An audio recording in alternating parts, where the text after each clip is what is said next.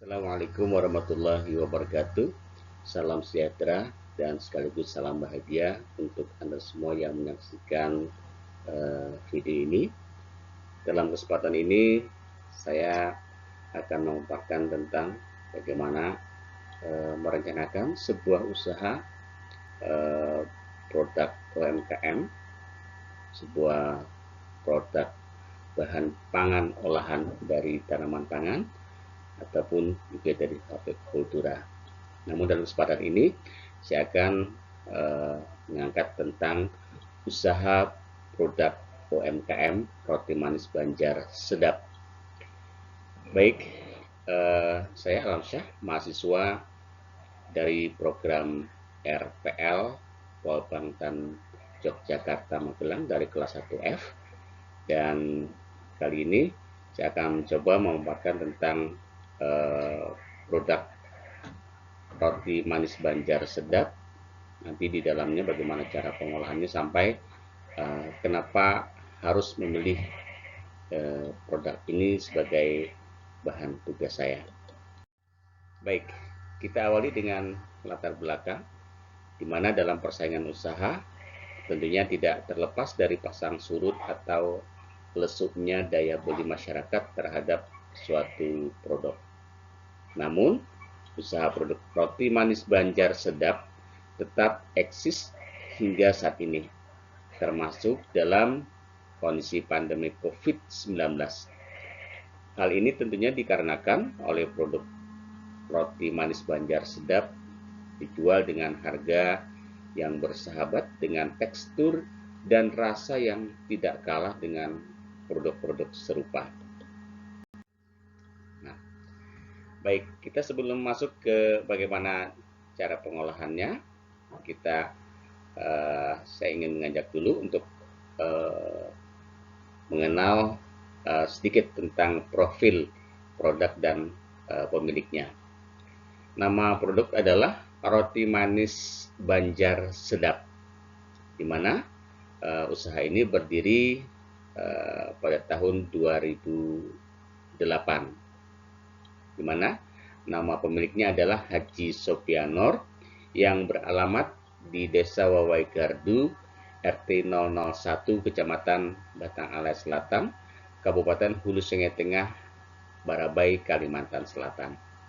Nah, ini bisa dilihat, ini KTP asli beliau, alamat beliau juga tertera di sini, dan ini yang pakai kopi haji ini adalah pemilik dari usaha ini, yakni Pak Haji Sopianor. Dan ini yang agak kontos baju biru ini saya.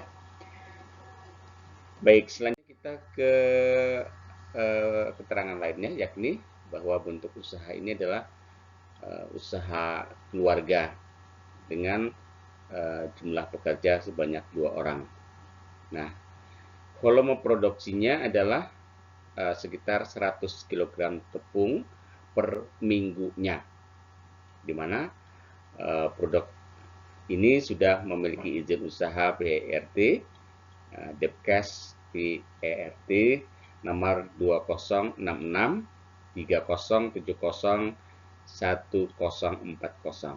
Nah, ini pada kemasan sudah ditulis juga untuk izin usahanya. Nah, jadi ini bukan produk abal-abal. Nah, kemudian untuk pemasaran roti manis Banjar Sedap ini meliputi di beberapa toko atau kios yang ada di Kabupaten Hulu Sungai Tengah, atau juga di toko dan kios yang ada di Kabupaten Barangan. Tidak hanya itu, juga beliau juga melayani pesanan khusus dari luar daerah. Nah, ini maksudnya siapa tahu ada pesanan-pesanan yang menghubungi di nomor HP beliau ya. Pada kemasan ini juga ada nomor HP beliau nih. Nah, ini saya ambil foto di salah satu gerai atau toko roti, toko makanan yang ada di pusat kota Kabupaten Hulu Sungai Tengah, Barabai. Nah, produk yang dihasilkan yakni yang pertama ada roti manis original, yang kedua roti manis multirasa. Ini Maksudnya roti manis multirasa ini ada varian rasa di sana yang dalam satu kemasan misalnya ada rasa durian, rasa coklat, atau rasa stroberi dan rasa-rasa lain yang ada di produk dari beliau ini. Nah, sekarang kita masuk ke proses pembuatan roti manis Banjar Sedap. Nah, gimana? Kita pertama akan sampaikan tentang peralatannya. Ada oven. Nah, ovennya ini tentunya untuk memasak rotinya.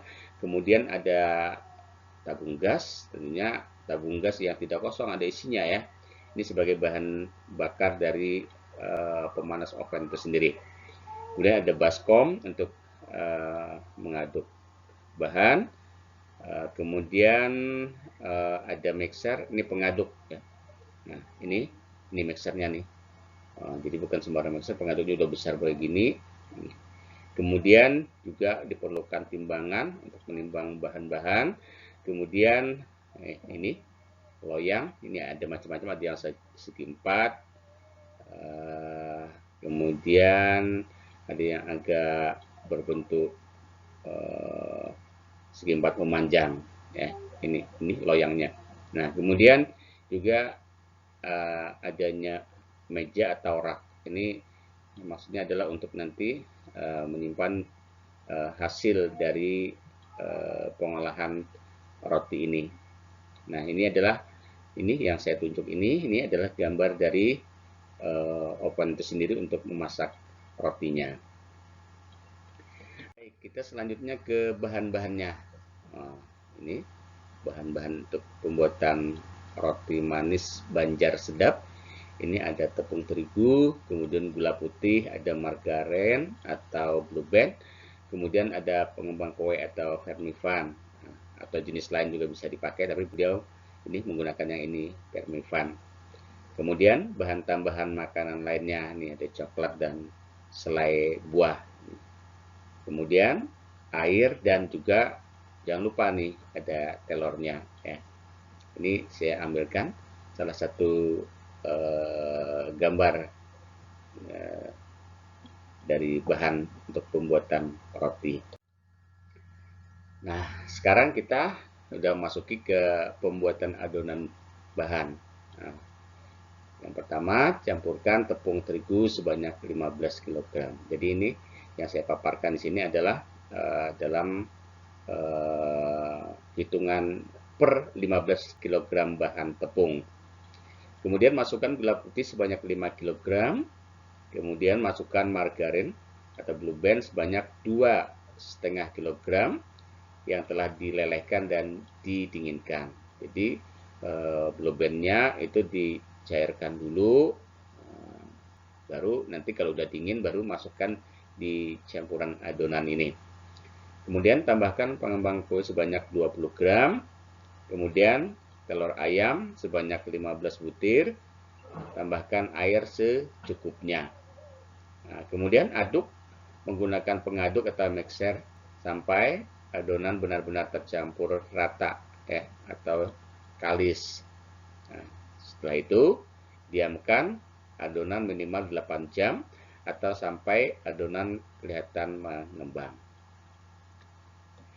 Nah, setelah pembuatan adonannya, sekarang kita ke proses memasak roti manis Banjar Sedap.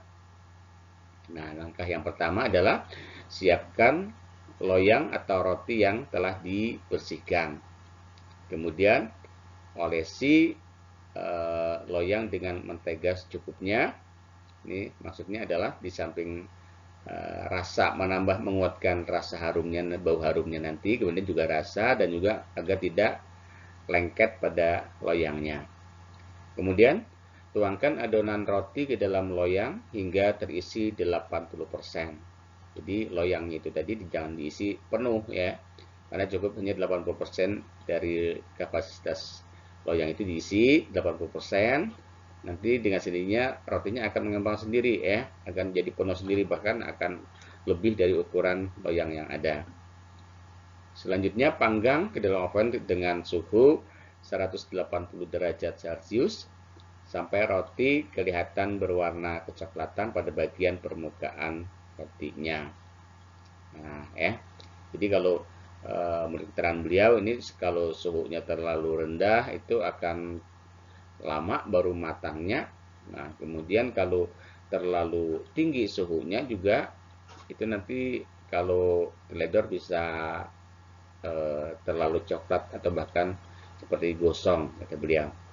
Nah, selanjutnya adalah roti yang masak dikeluarkan dari loyang untuk didinginkan. Nah, jadi yang udah diangkat, kemudian dikeluarkan, didinginkan.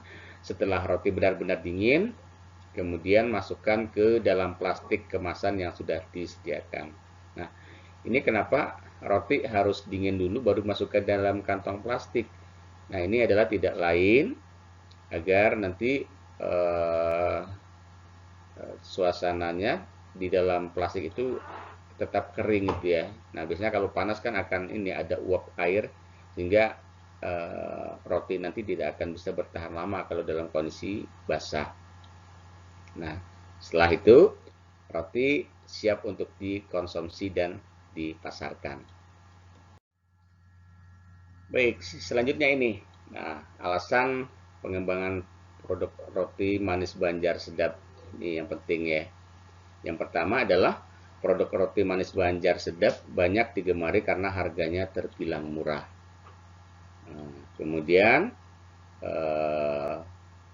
pemasaran yang mudah karena sekarang sudah banyak toko-toko atau swalayan yang bisa diajak kerjasama.